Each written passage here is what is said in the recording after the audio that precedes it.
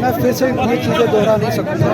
बस बीच में मैंने जो बातें कही है वही बात आप अपने नाज़रीन के लिए दोहरा सकते हैं। कल लोगों ने जो फैसला दिया वो खुद से दिया।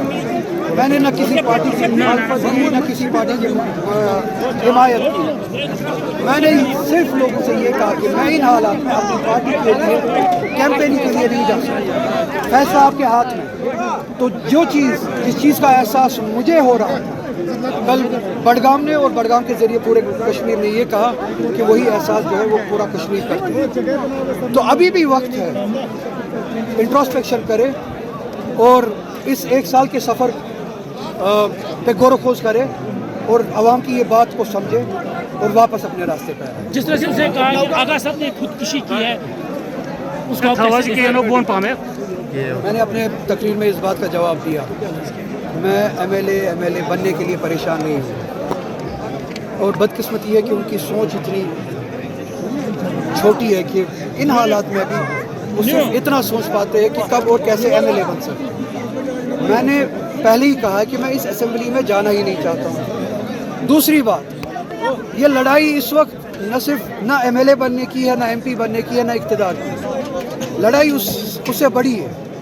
खुदकुशी के बारे में अगर वो सोच सकते हैं, क्या उनके जहन में ये बात है कि रियासत जम्मू कश्मीर के अवाम के सियासी हुकूक का कत्ल किया गया, दीनी हुकूक का कत्ल किया जा रहा है, समाजी हुकूक का कत्ल किया जा रहा है। हमारी लड़ाई यहाँ के तहफ़्फ़ुज़ के लिए, यहाँ के प्रोटेक्शंस के लिए होनी चाहिए। इसमें भी वो ये सोच रहे हैं कि एमएलए कैसे बन सकते हैं, एमएलए कैसे नहीं बन सकते। मुझे लगता है कि उनको अपने सोच में थोड़ा सा उस मेयार पे अपनी सोच को लाना चाहिए जो मेयार उन्होंने दिखाया था इलेक्शन में कि हम इस सतह पे सोचेंगे, इसलिए हमें वोट दे दीजिए। अगर साहब दिल्ली में जो ब्लास्ट हुआ और कल नौगांव में, तो आप उसको कैसे देखते हैं? उसके नतीजे में जो जाने गई दिल्ली में भी, उस दहशतगर्दी के नतीजे में जो जाने गई दिल्ली में भी और कल यहाँ श्रीनगर में भी, हम उनके न सिर्फ दुख दर्द को समझते, इस तरह के हादसों के हमने महसूस किया है। तो इन हालात में हम उनके साथ हैं, हमारे रूह हमारे दिल उनके साथ है। और इसी के साथ साथ मैं ये कहना चाहूँगा कि कब वक्त आएगा, 11 साल हो चुके हैं इस बीजेपी की गवर्नमेंट के दौरान, हर साल कहीं ना कहीं कोई ना कोई टेररिस्ट वाक़या पेश आता है जहाँ पे लोगों की जान ज़ाया जाती है। बजाय इसके कि इस हुकूमत से सवाल पूछा जाए, ये हुकूमत मुसलमानों पे और कश्मीरी मुसलमानों पे इन हादसों को जंग की सूरत में बदलते हैं। कब इस मुल्क में वक्त आएगा जब इस हुकूमत से हिसाब लिया जाएगा? ये आपकी नाकामी है, ये आपकी नालायकी है कि ये इस तरह के हादसा बारहा पेश आते हैं। इस नालायकी को, इन हादसा को आप छुपा नहीं सकते हैं हिंदुस्तान के मुसलमानों के साथ जंग छेड़ के, कश्मीरी मुसलमानों के साथ जंग छेड़ के। अगर सबसे ज़्यादा तनकीद का निशाना इस वक्त कहीं किसी को बनाना चाहिए था, वो बीजेपी की सेंट्रल गवर्नमेंट को बनाना चाहिए था।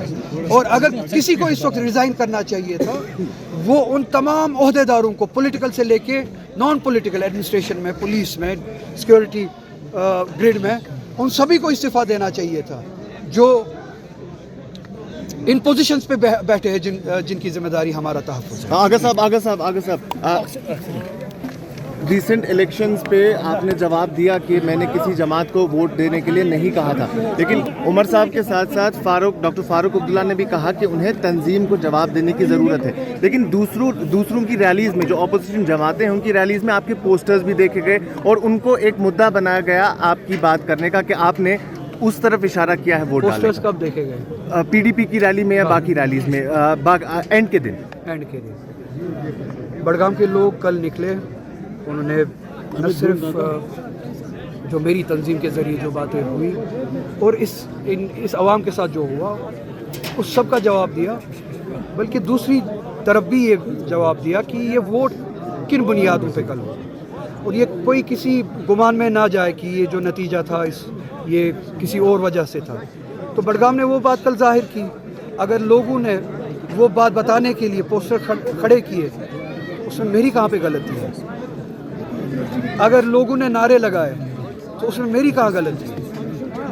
کشمیر کے لوگ اسی طرح سے بڑگام کے لوگ سوچ اور سمجھ رکھنے والے لوگ ہیں، اپنے ووٹ کے مالک ہیں، اپنے شعور کے مالک ہیں، یہ اپنے شعور سے فیصلہ لیتے ہیں، یہ اپنے فہم سے فیصلہ لیتے ہیں۔ ان کے فہم کو، ان کے شعور کو اتنا چھوٹا نہیں کرنا چاہیے اپنے سیاسی مفاد کے